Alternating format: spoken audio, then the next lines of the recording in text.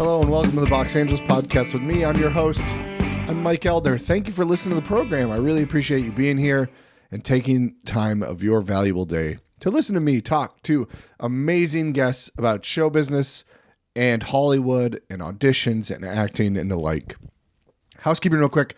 Go to my YouTube channel. Click subscribe. YouTube.com/BoxAngeles. Tons of great clips up there.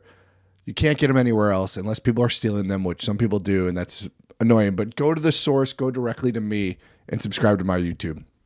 Other than that, check out the Patreon and the like, all the social medias. We've got a great episode this week. I'm really honored to have been the first podcast for this guest. I talked to actor Jeremy Brandt. You know Jeremy from shows like NCIS, The OC, Criminal Minds, General Hospital. But most likely you know him as the Captial One guy. He's been doing that for 8 years, which is incredible. It's a great run for him. An amazing gig. We talk about how lucky he is to get that, how he's on a contract now, how that's the gift that keeps on giving. It was a really wonderful conversation. We barely scratched the surface because I learned he's also a United Airlines pilot, which is absolutely crazy. Mind blown. He works a day job as a United Airlines pilot. That is crazy. So chances are you've flown on a flight with the Captial One guy. It's so funny. I can't even get over it.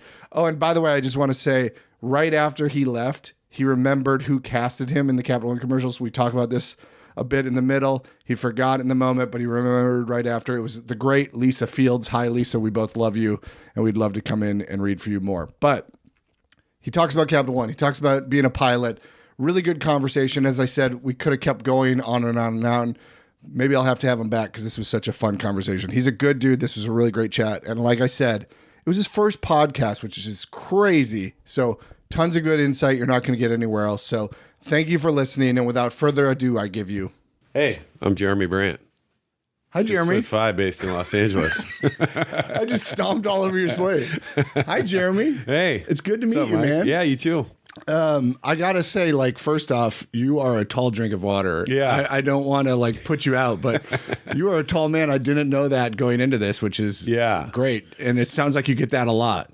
Yeah, I do. Yeah, it's funny because at least I guess I'm proportional. So if they see me on, video or audition or whatever, he's self-taped now. And it's then you meet him in real person. It's like, oh, I didn't realize you were that tall. You're tall. It's yeah. But at least I don't look really abnormally tall. Yeah. On no, you don't. You look like a normal man's man. Yeah. Which, by the way, you drive a truck. Yeah. And it fits. I feel like it just fits your personality so much. That man's man. Yeah. That blue collar guy. The Mike Rowe type. The truck. Yeah. I got that before. I don't. But yeah. I like. It's nice to throw stuff in the back. Once you have a truck, it's people always ask you to help them move and stuff like that, but you can just throw bikes in the back or a ladder. I don't know, whatever. Yeah. Yeah. That's the vibe you give, and I love it. Cool. I mean, I want to talk about, first off, Captial One, obviously. Yeah. That's what you're known for. You're the Captial One guy. Yeah. How do you like that? Do you like being a spokesman? I feel like it's kind of a dying breed where it's just a normal everyday person that's a spokesman. Yeah. Obviously we have Flo, Stephanie Courtney, and Milan of Weintraub for AT&T, and Jake from State Farm, Kevin Miles or whatever his name is. So we have a few left, but for the most part, it's celebrities now. Yeah. So do you like being a spokesman, and how does that feel? It's awesome, man. Yeah, I love it because one, family is my main priority, and so to be able to do this job and work every once in a while and know you're under contract, you're gonna make this much a year or whatever. That's huge for me. But also just like you said, there's only a handful of them out there, and I've been doing this 21 years. And when I started, I just thought I'll try it for a year. It's something I kind of want to do. And you're talking about acting. Acting. Yeah. And to be doing it 21 years later, it's I'm just so thankful to be in it. You know what I mean? And especially like you said, 80s, 90s, top celebrities were not caught dead on commercials. You know what I mean? And now it's if you were a movie guy, you're not going to TV. If you're a TV guy, you're not doing commercials. Nobody did commercials, but now it's like, it's part of the brand and the marketing and everything. So yeah. So I'm thankful to be in it, man. I mean, love it. It's awesome. It's got to be such a good gig to get for a person like us. So good. And Captial One, like, they take such good care of me. They're just like, it's awesome. That's awesome. Yeah, it's really cool. What a good gig to learn. Yeah, and they say it's like family. Like I'm standing there on one of these shoots earlier this year. I'm standing there between Magic and Barkley, two legends, basketball legends, and I mean, we're just shooting the breeze and stuff. But like, Barkley's like, "How long have you been doing this?" I'm like, 9 years with these guys. And he's like, I've been 11, man. It's like it's like family. Yeah. And that's what they say. That's what, everybody there says it's like family. So it's really cool. I didn't even realize it's 9 years. So good for you. That's fantastic. Yeah. But what's cool too for you guys, you and Jake from State Farm, is like, they have celebrities come in, but they keep you as sort of the main person to anchor it, which I appreciate. Yeah. Whereas like Progressive, it's all those like unknowns in the group, but they don't bring in celebrities. So it's a hybrid model. It's cool. Yeah. So how it's set up is like the celebrities basically do the card, and I'm more the bank. Right. So, there's So if you so I'm kind of like the, pretty much, I mean, I'd say on the celebrity side, there's nobody really does the bank. They're just more doing the card. Interesting. And so I'm doing the bank and interest rates and, checking savings accounts and stuff like that. So, yeah. The way you just phrased it, I'm like, we got into acting so that you could just be a banker. Check out that interest rate. Man. No fees. No fees or minimums. Do you have an opinion on celebrities that do commercials? No. And feel free to say no. Yeah. No, I think when it first started, it was like, dude, what are they doing? Why are they coming and taking our jobs? You know what I mean? Because I'm like, okay, I've done TV, I've hosted my own show, I do a lot of voiceover, but commercials was like my main niche, and then you see the celebrities coming into the commercials, like, they don't need that, like we need it. Yes, like that's regular guys, like, we need it. Like, you're already making $5 million on this film. Why are you doing this this commercial? But now you're more, since you've been around it, you care less. Yeah, I think. I mean, I just understand it better. At first, it was like, why are they doing that? But now I think just the way social is and everything, like, okay, yes, I think partially they're doing it for the money. I don't think they're like, I mean, everybody's different, right? Like, I'm not saying, I don't think they're greedy and just trying to land grab everything, but I think it's like a manager, a publicist saying, hey, we've got to get you into, like, why is Rob Lowe hosting a game show? You know what I mean? He's like, you're Rob Lowe, but maybe the publicist says, hey, this is really good. Like, this demographic is watching this show, and we need to get you in there, or whatever. So I don't know what the reasons are, but like, everybody has their reasons for doing stuff, and it's like, that's fine. I will just say this: my one beef, and I hate to say this, but I'm going to say it. It's like, if it's not related to the person, or if it's a celebrity that has a pile of cash and they're pushing credit cards on the public, that's feels a little icky to me. Yeah. But if it's like Jordan doing Gatorade, that makes sense. If it's like topical to them. Yeah. And generally for athletes in general, I'm more comfortable with it because they have a short window often of when they can make money. So make as much as they can. Yeah. But when it's like a movie star pushing a credit card in the public, it's not my favorite thing. I don't know. I can't knock it because we got. I don't want to put, but like the Bitcoin commercial, and then that Bitcoin company went under, and all of them were like, we didn't know. And it's like, well. Tom Brady's like, hey. Larry David's like, I don't even know what this is. Yeah.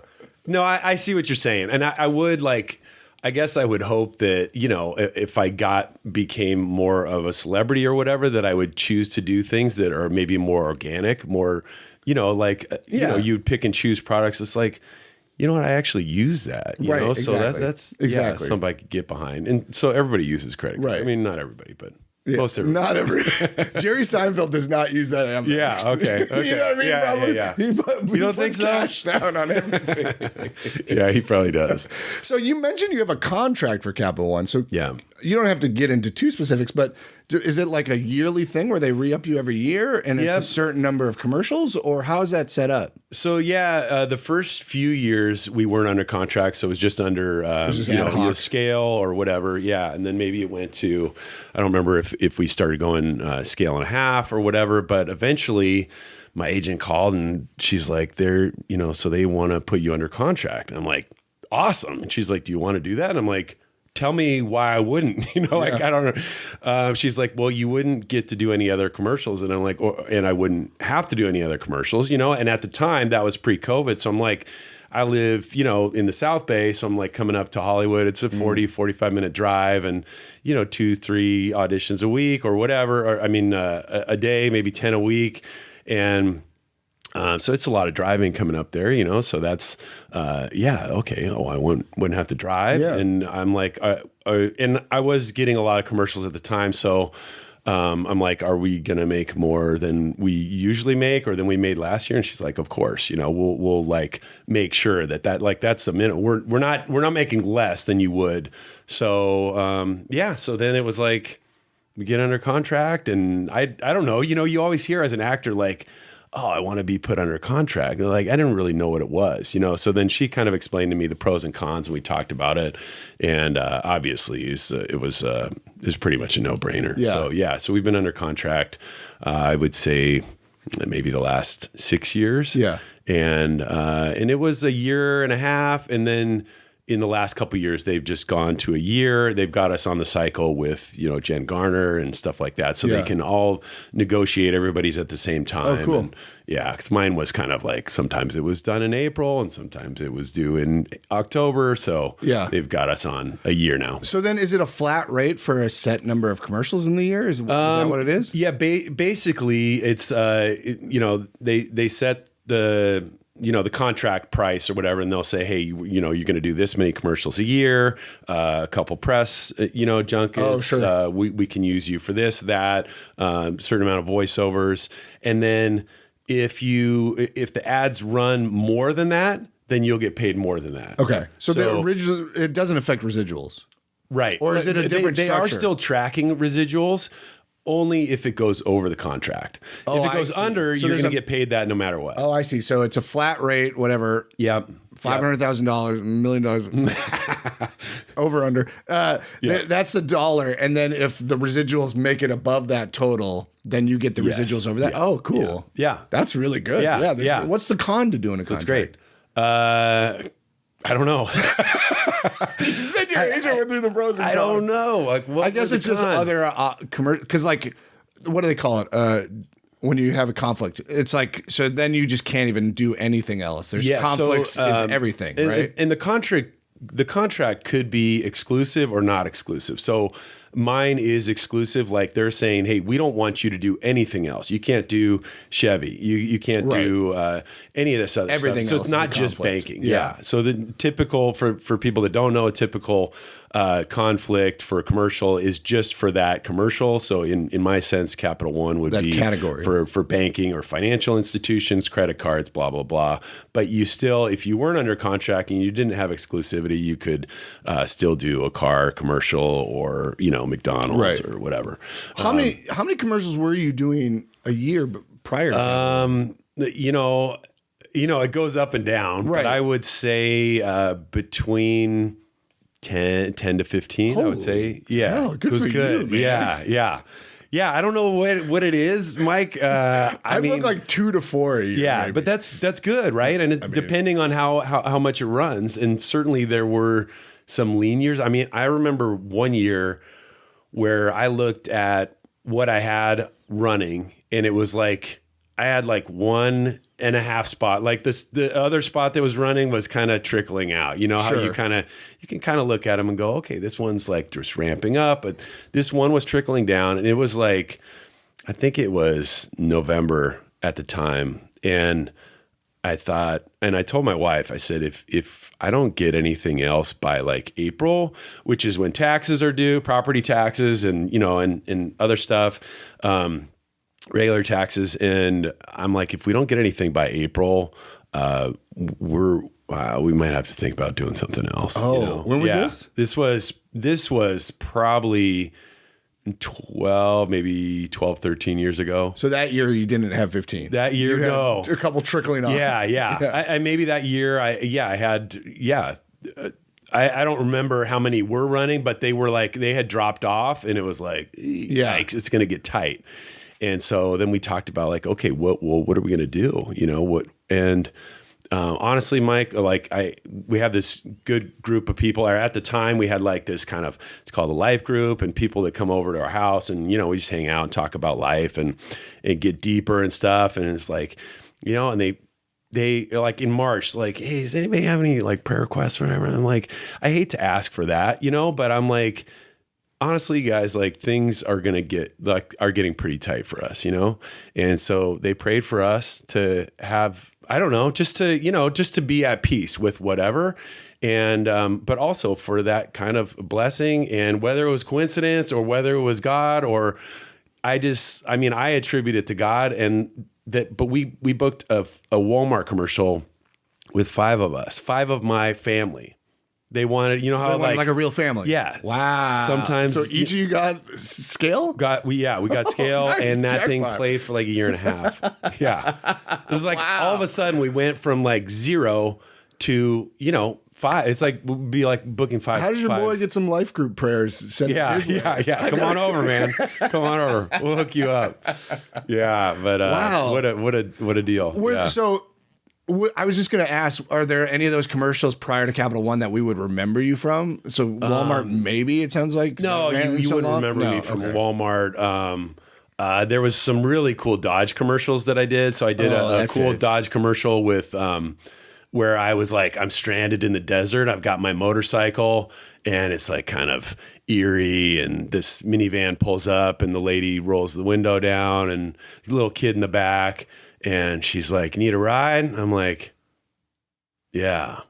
And it's like, oh man, why is she picking up this guy? We load the bike in the back of the minivan. It fits. And then she's like, Daddy just had to get a motorcycle, didn't he? Yeah. Classic. It's like funny, huh? That's every the end line, actually. You tagged it. Is it? Yeah. Every commercial dumps on the dad. Yeah. Oh, yeah. Yeah, we're getting... Even if you're handsome, I'm the goofy looking dad, and I get it all the time. Yeah, it's like, oh, Dad's at it again. Yeah. Yeah. And then I had another cool Dodge commercial. I don't know. I would have to sit and think about like, what would be maybe the most popular commercial I did. I did do a really cool UGG boot commercial with Tom Brady. Okay. One of like my, it's a commercial I still like love to watch. It's, I forget what it's called, but it's Tom Brady. It's like probably 2012. And we're like, me and Tom, we're like going on a trip somewhere, walking through the airport. And this kid's like, hey, Tom. And he like throws him invisible game. It's called Invisible Game. Throw him this fake football. Tom catches it, and all of a sudden, this like fake football game breaks out in the airport. In the airport. Yeah. And so it's really cool. And so then it's like at the end, it's like, was it this kid's imagination, or did that really happen? I didn't know UGG did cool. commercials. That's hilarious. Yeah, I guess so. Or they did back in the day. Yeah. So. I mean, I love the idea of a struggle, and I want to get back to that. But first, on Captial One, so you went in just thinking it was just another commercial, right? Yeah. It was a spokesman role, but you just thought maybe it was like one, basically? It was a spokesman role. At the time, like my agent was only sending me out for national network stuff. And so she goes, so there's this audition, and it's regional right now, and they're doing these things called Captial One Cafe, and there's only a few of them in the country, but it might turn into something bigger, so yeah, I think you should go out for it. So I go out for it, and I get to the call back. Yeah, it was just like any other audition. We didn't really think it was going to be that big, honestly. Right. Where was it at? Who was casting? Oh God, I knew you were gonna know. I knew you were going to ask me that, and it was over on the west side in Santa Monica, and was it like Ocean Park? No, it's Santa Monica. Oh, the one by the promenade. I want to say, oh man, I meant to look this up last night because I'm like, hey, he's going to ask me now. Okay, we can't edit it out. We'll put it in later. Anyway, yeah, we'll figure it out. Yeah, she's going to kill me too.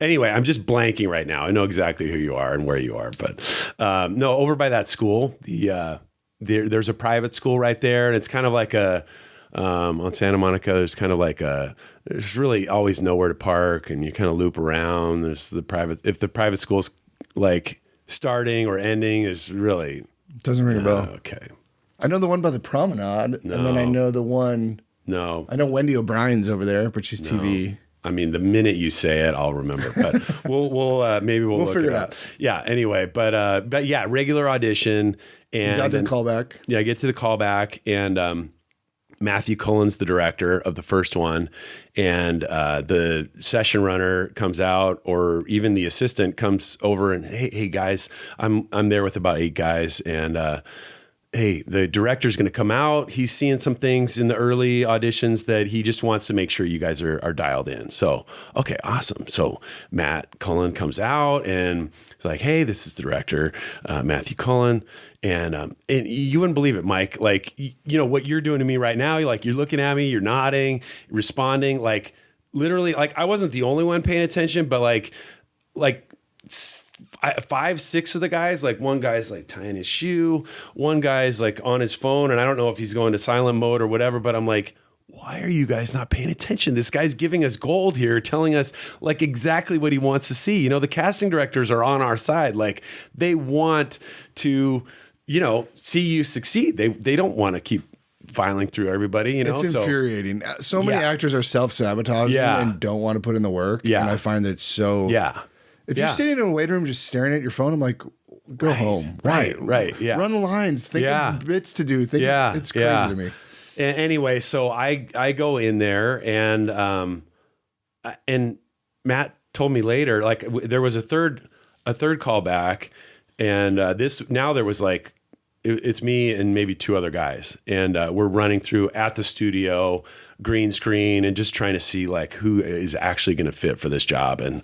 And Matt walks me out, and he puts his arm around me, and he's like, you're my guy. I can't make the decision. I'm lobbying for you and everything, but like, I'm pulling for you, man. You're doing a great job and stuff. And so that was really cool. And he goes, I knew it from the moment I step out in the lobby. And I go, yeah, we were, and he goes, you were locked in, there's like, and he's like, there was a guy, and we were like, there's one guy was on his phone, and one guy was like, tying his shoes. And it was just so funny that we both remembered that moment of like, that was the first, impression, I guess. And, which is encouraging for, any actors out there that are just starting or even been around for a while. Like, remember the casting assistant, like, all these people, the casting assistant for one is going to be the casting director in a couple years anyway. So just like, treat people nicely anyway, not because they're going to be someone and you're going to get something out of the, eventually, but yeah, just be present, pay attention. And I go into the audition, and he's like, after I get the job, he's like, dude, you killed it in that audition. It's like, we were seeing a bunch of guys, and then you came in and you had this big beard, and it was like your hair was kind of longer, and like you came in and you just gave this like Phil Jackson Zen vibe. And we were like, when you walked out, we were all just like what just happened? Like that was something different than we were kind of looking for, I think. And then you came in, and we were like, I think that's the guy. Yeah. So I don't know what it was. You never know who's watching. Yeah. And you can never fix like a negative impression. You can do 100 good impressions, and then one negative one will like skew it. Those stick with people longer. So. Yeah. But I love that idea that he just said you came in. Sorry, I point. I got no, that's okay. Yeah, you can point. You did it. He said you like changed their opinion on it, which is so cool to hear. Because I always ask people like, how do you win the room? How do you make them think you're the guy, even if you're completely opposite? Yeah. So do you have an opinion on that, or? Well, I think what's most important is you need to treat everybody with respect. So, if if you need to read the room. If they're open and they're like, hey, Jeremy, what's going on? Where'd you come in from? Whatever, then you have a little bit of the ability to talk. But if they're just like, they're working too. And so if it's like, hey, I'm going to make friends with these guys, and they're like locked in and trying to figure out, like, it's like, they don't want to waste time. They've got a time crunch themselves. They need to get this done. And so you need to read the room. And so that's, I think, first of all, is respecting who they are and just, coming in and looking and going, hey, is this a time to kind of tell a story or make friends? Or is it just like, I'm going to do my business. I'm going to show them what I got. And I think not try to impress them. I always encourage people to have something else going on outside of acting. So many people come here to LA and it's like, oh, I want to be an actor. I'm going to do all this. And it's like, you know what? Let me like grab a skateboard, go skateboard, surf, like get out, like take a walk, take a hike, like have something else that you're really interested in, have some hobbies, like, because a lot of that is just saying, it's like one of the first jobs I booked actually was a Hummer job, the Hummer trucks. This is way back, when I don't know, early on, like maybe, it was one of my first jobs. So 03, 04. And all they did in the callback was tell us about a road trip you've taken recently and what book are you reading? That was it. Yeah. There was no acting or anything, and what was cool was that I just got back from a literal like cross-country road trip with my family. This was after I got, we could get into that later, but I'm also a pilot with United. I got furloughed after 9/11. Yeah, crazy, what? Right? Yeah. So I lost my job after 9/11, and it was like my wife and I were like looking at each other like, what do we want to do? So it's like, we want to take this big road trip. We had a 2-year-old and a 6-month-old at the time. And so we decided to take this big road trip. And then I always wanted to be an actor. So that's how this whole thing started. That's insane. Yeah. But so I don't know. You're talking about winning the room. Yeah. So anyway, I told him about that awesome road trip. Yeah. And so that's really interesting. And then I was actually reading, I'm not a big book reader. I have a bunch of books that I've started that I don't finish. Sure. But at the time I was reading an interesting book. I don't remember what it was, but so the point of that audition or that callback, those questions was, when I got the job, it was 5 days in Mexico, in the middle of the Sonoran Desert, shooting at night. We're like, our hotel, it's a motel. Like it's not for divas. You know what I mean? Like, so they had to know whoever's coming on this shoot needs to be like, just, kind of gritty. You know what I mean? Be able to just like, we need to be able to take a long road trip together. And I hope you have some time to just sit there and read a book, because there's nothing else to do. You know what I mean? Yeah. And it was pretty gnarly. We shot in the middle of the night. Bugs like in the big like, floodlights like burning, catching on fire. Like it was kind of gnarly. Yeah. It was cool. On the Captial One though, he said you were like Zen, and that wasn't the energy they wanted. Were you purposefully trying to be that Phil Jackson Zen? Was that like a choice you made, or was that just you? No, and I shouldn't say that wasn't the vibe they were going for, but I felt like they were, and maybe this is wrong, but I felt like the guys in the room looked a little bit younger than me and a little more clean cut. And so, and I just felt like, I'm not going to shave for this audition. You know what I mean? Like, I liked wearing the beard at the time.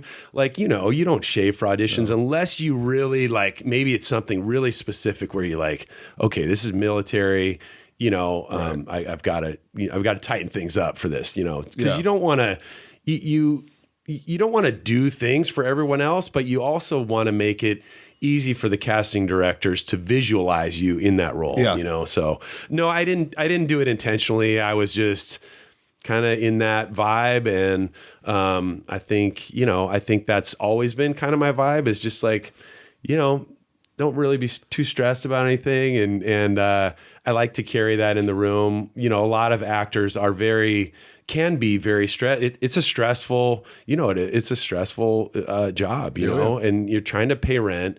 You're trying to make a certain amount of money to pay your, to get your life or to get your medical insurance covered.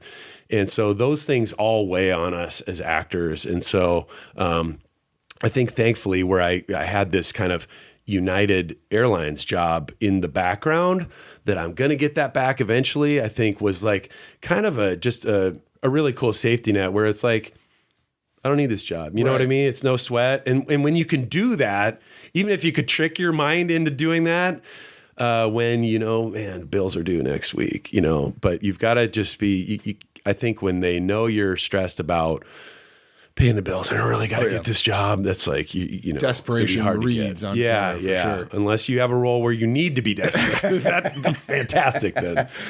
On the first Captial One gig, it was one commercial. And then how quickly after did they get you the second one? Was it pretty quick that they brought you back? I wouldn't say it was one commercial. I think we shot for a week and we probably shot a few different commercials. Okay. And at the time, my character's name was the designer. They had a big book of, kind of a backstory of where this guy came from, how he designed the cafe out of, blueprints, and it was going to have free Wi-Fi and all these different things. There's a lot of hand gestures. It was just like designing this space, We even had a hand, a choreographer, a Chucky Klapow, I think I'm saying his name right. He's a choreographer for the Rolling Stones, for Mick Jagger. Oh, cool. Yeah, so he's on there, and so he was like the guy that initially, you got to do the straight line and drop the thing here, and so they did 5-ish, and they were all well received. And then how, like 6 months later, they brought you back, or how long was it? Yeah, I would say that probably I think typically we shoot about twice a year, and we'll shoot for a week, and we'll knock out 3 or 4 or 5 commercials. That's awesome. And what was that call like? Getting that call, just like you're straight to booking again. Oh, it's so cool. So That's cool. gotta be the dream. Yeah. Cause you're just like, my agent calls up like, hey, they want to use you again for Captial One. It's like, awesome. You're like, I don't have jackpot. to audition. Yeah. I don't have to drive anywhere. I don't have to wonder if I'm going to get it. Like they want to use me again. Yeah. And I still, Mike, I mean, even after 21 years, I'm like still kicking myself that that's awesome. I'm in the game. I'm still acting. Like at the time I literally thought I would try it for a year. And 21 years later, and Captial One just called me to like, I'm going to New York this weekend for a thing that I can't like talk about, and that's awesome. I was like, it's so cool, Cool. And like I said, they treat me real well. The CEO, the guy who co-founded Captial One, Rich Fairbank, we've had Zooms together. Like he'll text me every once in a while. Yeah, like he's the guy, know. And they just like I said, that's hype. Treat me like family. You mentioned you shoot 2 weeks a year. It's about right. Yeah. I just heard recently Dean Winters, Mayhem for he has in his contract he only shoots like 10 days a year or something like that. So you have something similar? That's about right. Yeah. Wow, that's so cool. Yeah. Oh my gosh, that's amazing. Yeah, it's super cool. And so they'll just, which is nice because it allows me to do other stuff. Right. Like I really like, in this business, you gotta have your hands in a bunch of different things. Obviously, you're creating your own, podcast and YouTube channel and everything, along with all the other stuff you do. But like, I do voiceover. I hosted my own show on Nat Geo Wild for a while. We're like commercials, TV, film. You're just trying to do everything. So, and then on top of that, being a United pilot and just like trying to like juggle all this stuff and have 4 kids and family and to all of that you just said. Have you ever done a podcast before? Is this your first podcast? My first podcast. How is that possible? Yeah. Has nobody reached out to you to interview you? They have, and I've always been just a little bit tentative. You know what I mean? And or I guess why'd you say yes to me? Yeah. Well, I did a little research on you. You got 300 plus podcasts and stuff, and I listened to some of the podcasts, and I'm like, you just seem like a really good guy. You seem really like friendly, like approachable, and go on. You're not going to try to trap me in something stupid. Tell me more. Yeah. Keep talking. Give me more compliments. But I just thought, it's something that I haven't done. I'm always curious about stuff. Like right now, I'm doing a video game voiceover for like a main character of a Sega game that I can't talk about either. Wow, but like I've never done that, cool. And it's like pretty cool, Yeah. It's like and I've had to drop like some of the United trips to do this voiceover, and so I'm like, in essence, I'm kind of like losing some money, but it's like it's cool. It's Yeah. something that like most people don't get to do. And so I think the same with a podcast. Yeah. Like I've always been just a little, I don't know. Sometimes it's like, especially when things are, live-ish, they're not going to be edited or whatever. Like in this day where everything is recorded and like you could grab a clip and put it out there, it's just like, well, I'm going to do that. I don't want to say the wrong thing. Yeah. So don't ask me too hard of questions, Oh man, people get too fired up about, doing one thing or the other. Yeah. It's like try to. Well, thank you for doing this. Yeah, I man. love that. Yeah. Okay. We got to talk about you're still a United pilot? I still am. Yep. That is insane. Isn't it crazy? Yeah. Yeah, Okay, so give me your background. Did you go to school for? Is there aviation school? What like? There are aviation schools. No, I didn't go for it. Like when I went to UCLA and I got an economics degree. Okay. I played volleyball You're from there. California. Yep. Okay. Yep. I grew up in the South Bay and from California. Went to UCLA economics and didn't really know what I wanted to do. I knew from when I was a little kid. I loved, we'd go up to Mammoth every year in the winter and we'd go skiing. And I just always thought the ski instructors were super cool. They are pretty cool. And so, I'm like, I want to be a ski instructor someday. And so I stuck to that. So after I graduated college, I went to Steamboat, Colorado with some friends. Amazing. Became a snowboard instructor and knuckle dragger, mountain scraper. Yeah, I still do both. And I'm like, skiing's edging out snowboarding right now for me. So as I get older, it's just like, it's so fun. They're both so fun. But anyway, I did that, which was cool, check that box off. And then my roommate from UCLA was like, hey, I'm going to be a pilot. And my dad, his dad was a pilot with United. So I saw kind of what that lifestyle looked like and stuff. And he's like, come to flight school with me. We're doing this. I'm in this graduate flight program through Arizona State and it's tied in with United. We'll get an internship and it's going to be a cool career. And I was like, I've never wanted to be a pilot. Most pilots, I've always wanted to be a pilot, ever since they they were flying planes and I just kind of wanted to act, and but I got this girlfriend. Acting was just in the back of your head. Yeah, it was in the back of my head. And some people that were in the business or maybe kind of on the modeling side, like, hey, one of the easiest ways to get in is modeling. And so I tried to get in the modeling game. But like you said, I'm 6'5", I got long arms.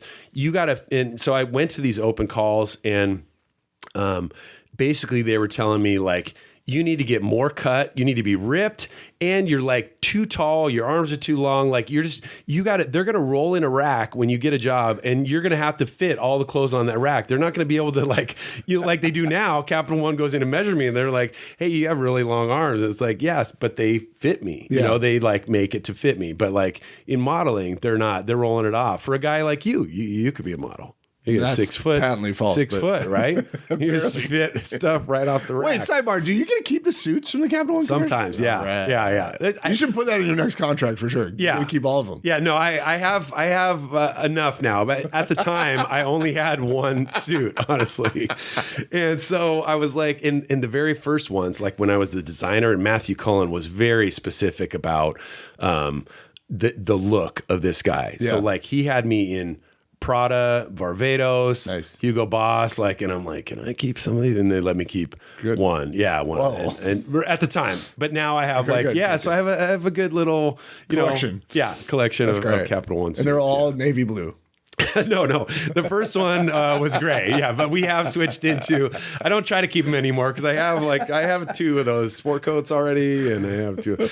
But yeah, you're right. Okay, so back to aviation. So anyway, you decided to go to pilot school with your buddy? Yep. So I went to this graduate flight program. He's like, where's that at? That was in Arizona, outside of Phoenix, in Goodyear, Arizona. Is it a university or just like a It was tied in with the Lufthansa school. So in the 50s, Lufthansa from Germany, they said, hey, we need a better place for our pilots to learn how to fly because it's always like the weather's always bad here or whatever. Yeah. So they made this school in Goodyear, Arizona, and that's where their pilots would go to train. And they had this program called an ab initio program, which meant from the beginning. So they would interview you first, and if you were the type of person that they wanted to be in the cockpit for their company, they would, give you some tests and stuff and make sure you had the skills and the mental aptitude to fly for them.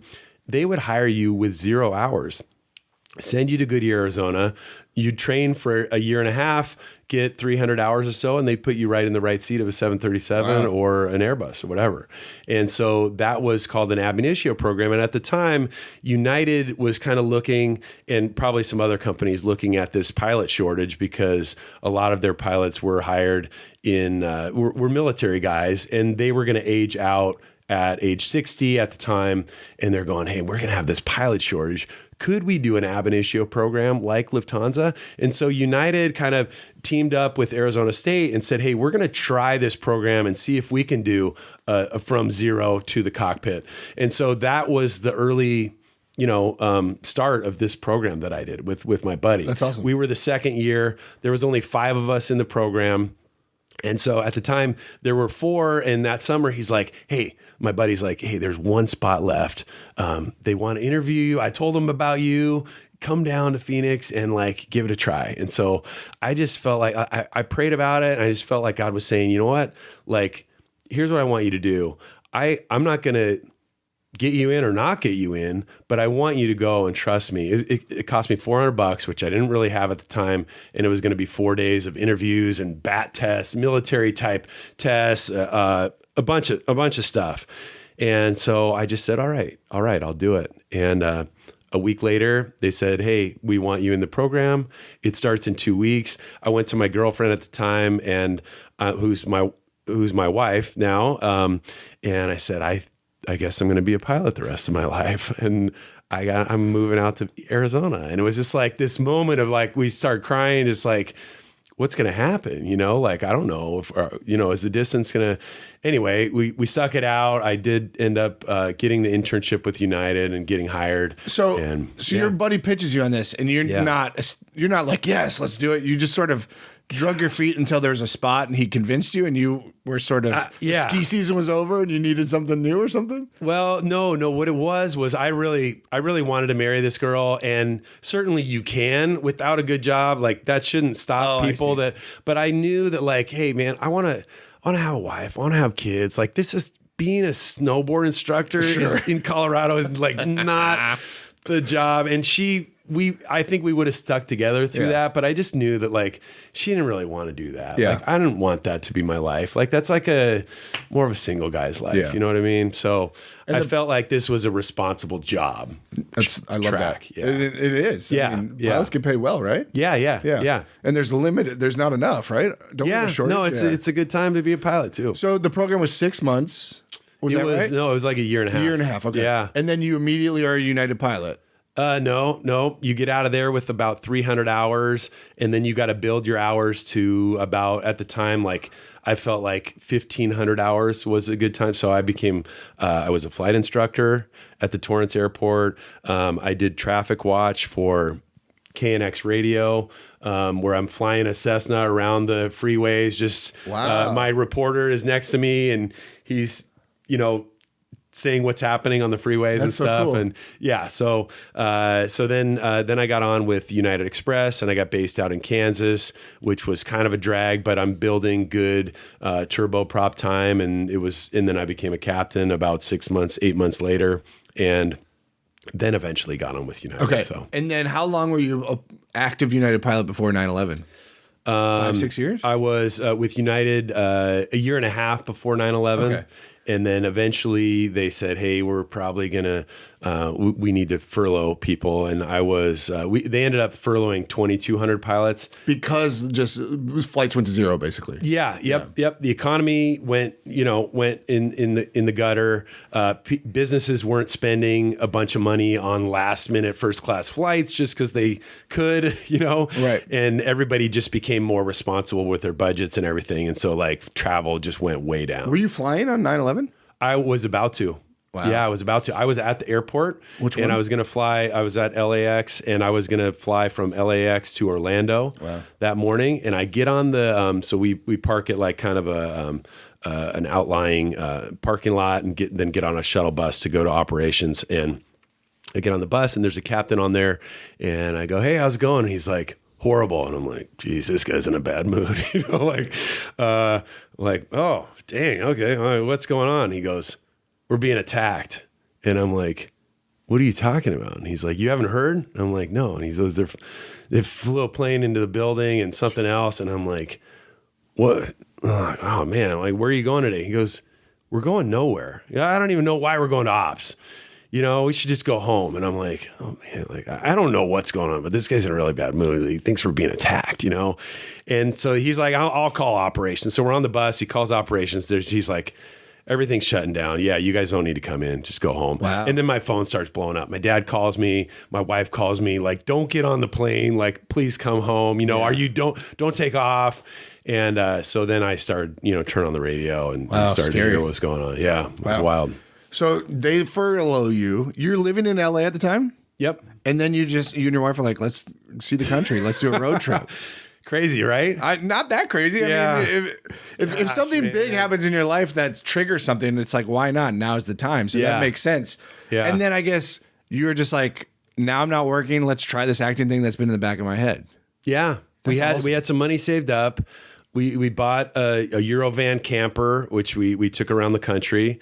And that was a wild trip. It was good. It was bad. It was tough. And but it's funny. I got my agent before we went on the road trip. And so, because, it was like, okay, those were the two things. Nothing else came close to those two things, taking a road trip and me trying to act. Yeah. So I sent out a bunch of packages and got some calls with some agencies, had some interviews, thankfully got signed on with the Soul agency, who was just like amazing for me. First 8-10 years of my career. She was awesome. Small boutique agent that just totally believed in me and thought I could do anything, That's awesome. And so, yeah, that was it. I mean, then so funny. So my agent, Soul, we get started and I'm doing some auditions. I get put on a veil for an accurate job right away. And she's like, are you excited? And I'm like, yeah, that's cool. And she's like, most people don't get put on a veil right away. Like, this is really cool. I didn't end up getting that job. But I did auditions for about a month. And then I was like, hey, so I probably should have told you when, we interviewed, but I've got this 3-month road trip that's coming up.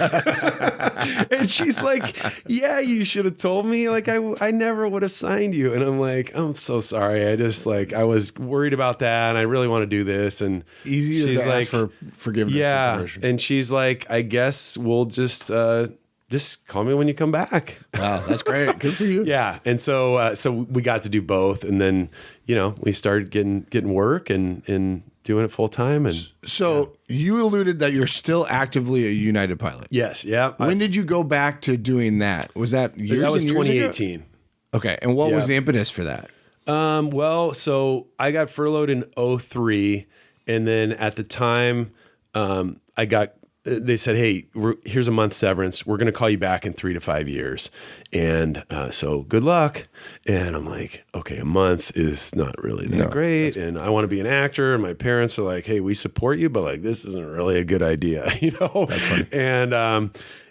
But my dad had a job where he could I could be his assistant for like $100 a day. And he's like, it's super flexible. Just as long as you get stuff done, you could come in at midnight and get stuff done. But if you need to do auditions, like take off and come back and that's great. Whatever. So yeah, so that was cool to have something paying a portion of the bills. I mean, even $2,000 a month at the time wasn't enough, but tied in with some of the jobs I was getting and, so that, we made it work. And then what was the question you asked? Why did you go back to United in 2018? Oh yeah. So anyway, United did call back 3 years later and say, hey, you can have your job back. And I'm like, acting is going pretty well. Yeah. What are my options? And they said, you can take a 2-year leave of absence, no sweat. Just write a paragraph of why you can't come back. And so I did that. And then 2 years after that, they extended me 1 more year. That brought us to 2009, which was another recession. I got furloughed again on paper, which didn't really matter that much to me because acting was great. Yeah. And so the second furlough, they're like, hey, you can be out 10 years now. And as long as you come back within 10 years, you can have your job back because it's, I'm in the union, you're on a seniority list. And so that was sweet. So now I get to do my acting job and I've got this United thing hanging back Backup there. plan. Yeah. And so basically by September of 2019 was the 10-year cutoff. Okay. Which I had to come back to United by then or I'm off the list. Yeah. And so in 2018, I'm like, I'll just come back a year early. So it's not even tight. And at the time you could drop back to zero. You could drop down to 0 hours a month. So you bid for your schedule for like, so let's say next month I would be bidding for November and you would get a full schedule. But then you could just drop stuff. You could drop down to zero. What do you mean bid? I'll bid and say, hey, I want to go to, I want these trips or I want these days off. I want to get Thanksgiving off. And so you're putting in your requests for certain trips. Maybe you want to go to. It's not money related. You're just saying what you ideal situation would be. Yep. You're putting in your preferences. Got it. For cities and holidays, whatever, days off. And so that's what you would get a schedule. And then I would just say, you know what, if acting was going really well, or my agent, I would say, hey, I have these trips, but I'm flexible, which is the key to agents, they're calling you up. Hey, Mike, can you be here tomorrow at 12? Yep. Yeah, I'm there. No problem. So I would always say yes to everything that my agents asked me to do. And if I had a trip, a flying trip, I would just drop it. Wow. Yeah. And so that's what I was totally committed to acting, and I would kind of lose some money by dropping the United job that was guaranteed to go on these auditions that weren't guaranteed. Right. But that's so just, how much this month are you flying? This month? Yeah. 0.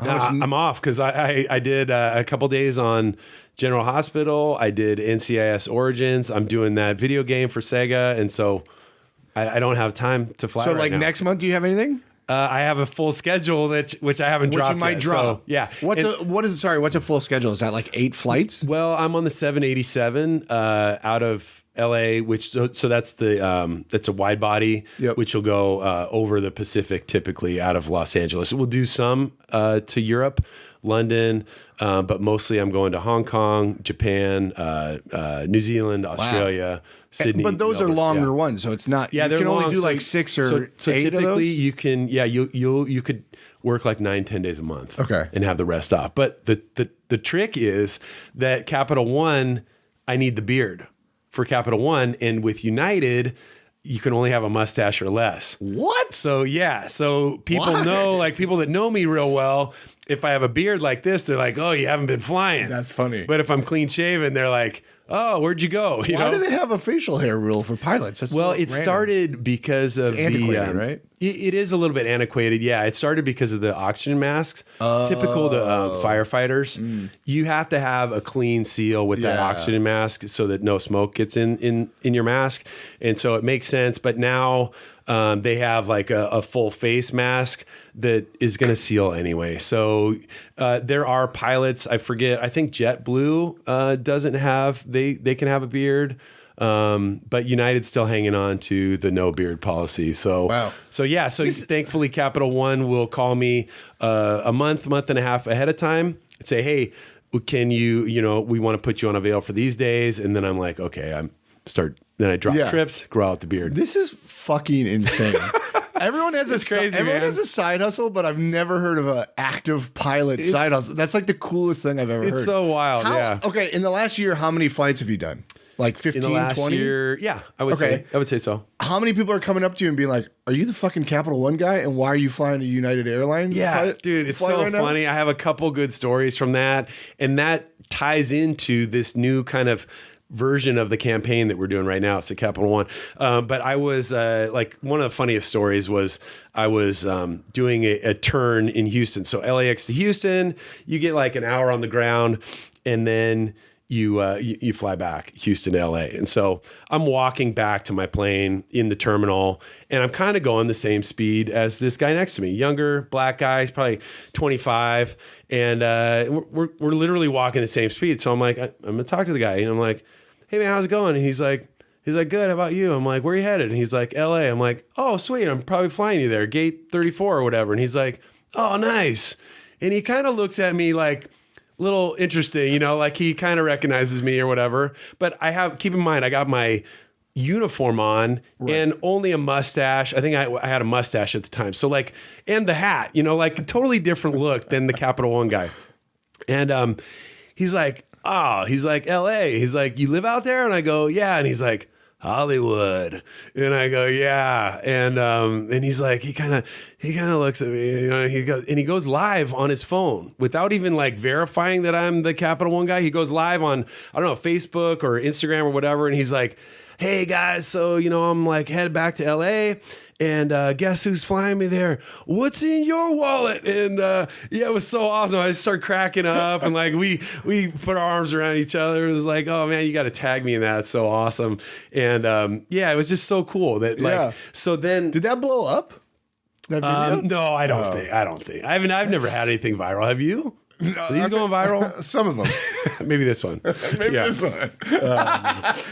It's just wild to me because if I'm a person on a flight and I see you flying, I'm like, what are they filming? Like, it feels like a Catch Me If You Can. Like, you're pretending to be you're acting as a pilot. And it would be so trippy to me to see that. You'd be the guy that would, like, get off the plane, like, dude, that guy's not a real. He just plays one on like TV. I'm out of here. Yes, it feels like a prank show. Yeah, where's the candid camera? That's so crazy to me. I do have people that like think like one guy. You know, I'm like in the jetway, like after the flight, I'm like, hey, thanks for flying United, whatever. And this one guy's like, hey, he kind of does a double take, and he's like, does anybody tell you look like the Captial One guy? I go, yeah, that's me. And he's like, what? No way, you know. And he was just like floored. And so on one of these shoots earlier this year.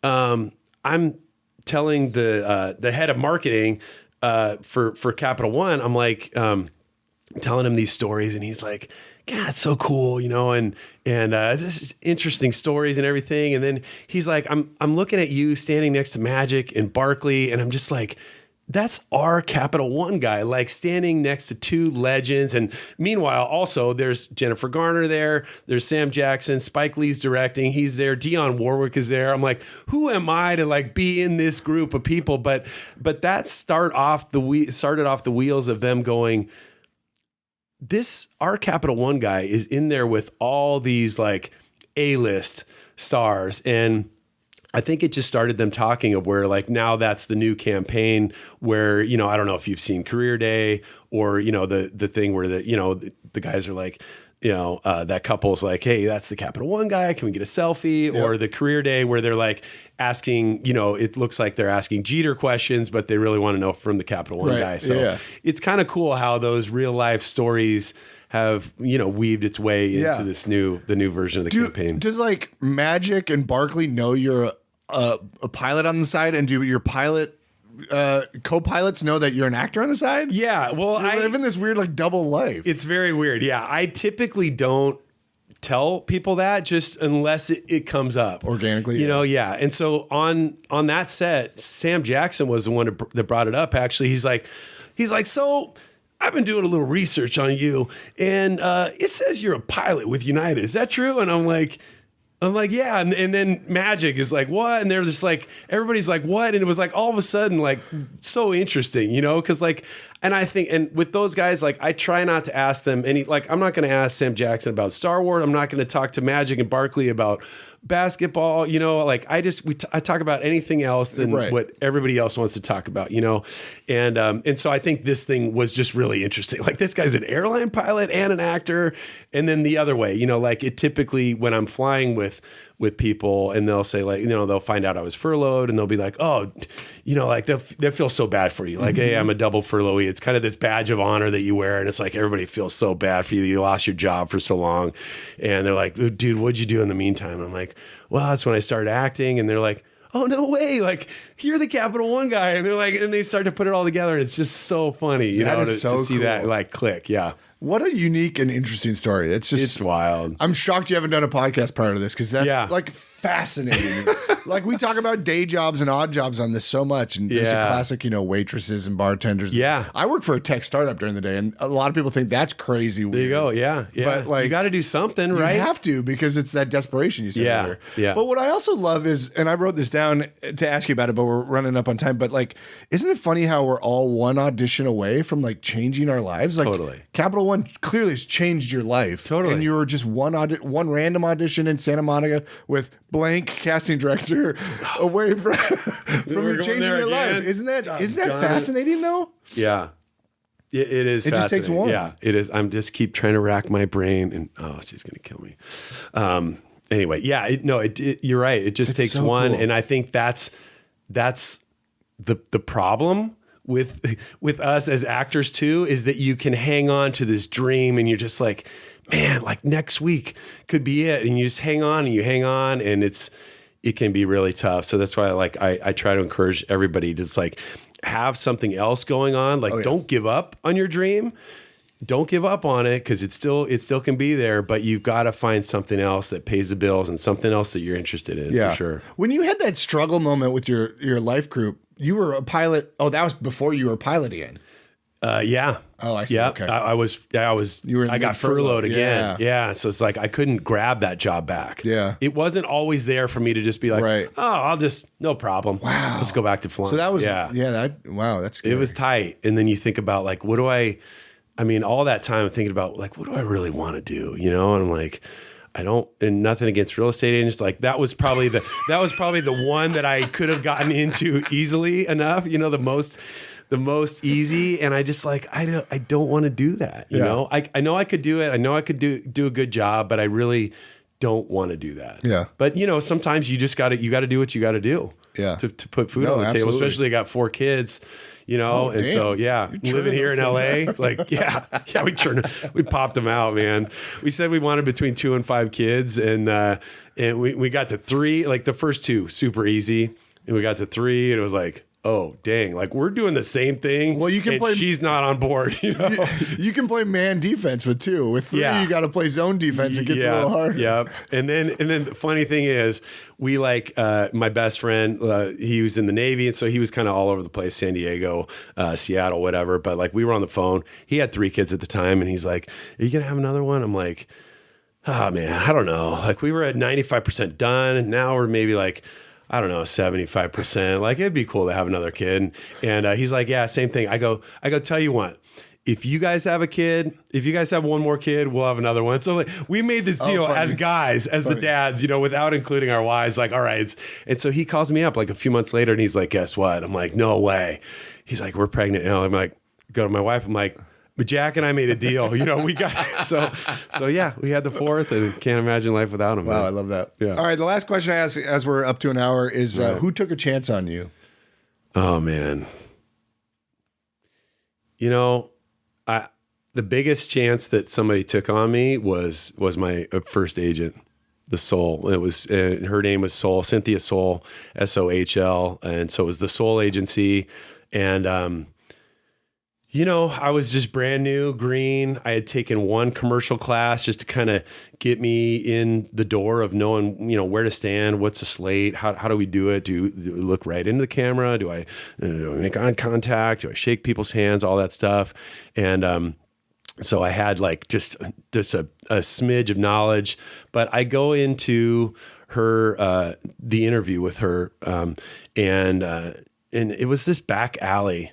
And it was a cool place once you got in there, but I literally walked up to the back door of this alley that was like not a great area, in Silver Lake. And I walked up to the door and I'm like, this is not right. I don't even want to go. Cause I had been to an interview with a big agent already. And I knew what that was like. Wow. Like, oh, nice building. They got people in the lobby. Like Soul was a 1-person show. You know what I mean? She did it all herself.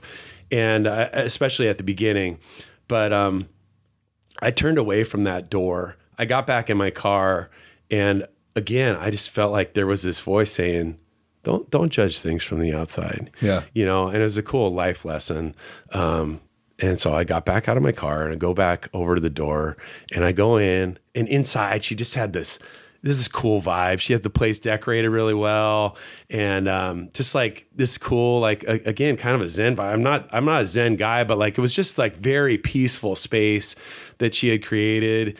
And she just like, we talked for probably 45 minutes and she just wanted to know my story. Like, like you're saying today, like she wanted to know more about me. Like you sent this headshot in that had this like paragraph of, you just told me about all the things that you like to do. You know, you jumped out of a plane, you landed a plane with smoke in the cockpit. Like, you have, 2 kids at the time, and you're just like very interesting. You know, like you got this life outside of acting that is very interesting and very good for auditions, especially commercial auditions, when they're just like, hey, can I work with this guy? Is this guy going to be a jerk? Is he going to cause us a bunch of problems? Like, no, man, I show up on time. And, anyway, she gave me like the biggest break. Awesome. Is she still working?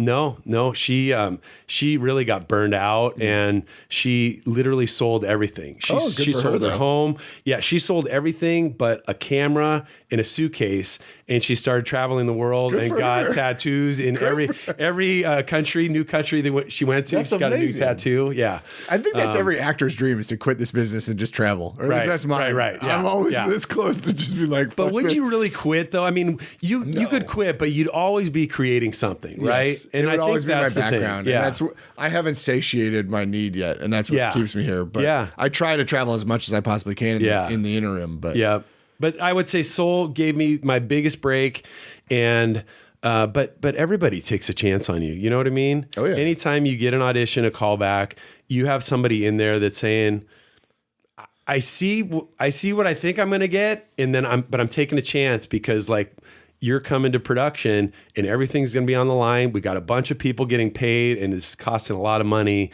and they're taking a chance on you every time. I agree. Captial One, obviously is my biggest, my biggest kind of break, I would say, and has provided for me, like, and my kids and everything, and put them through college. And so them taking a risk on me is put them through college. Wow, that is a lot. No, but you're right. Like, that's why I love that question. It's because like you need a few people to really take a chance on you to really get some momentum. And Soul is the one that, and I always told her, I said, if I ever get, any kind of award, Academy Award, and, Emmy, whatever, like, I'm thanking Soul. That's awesome. Yeah.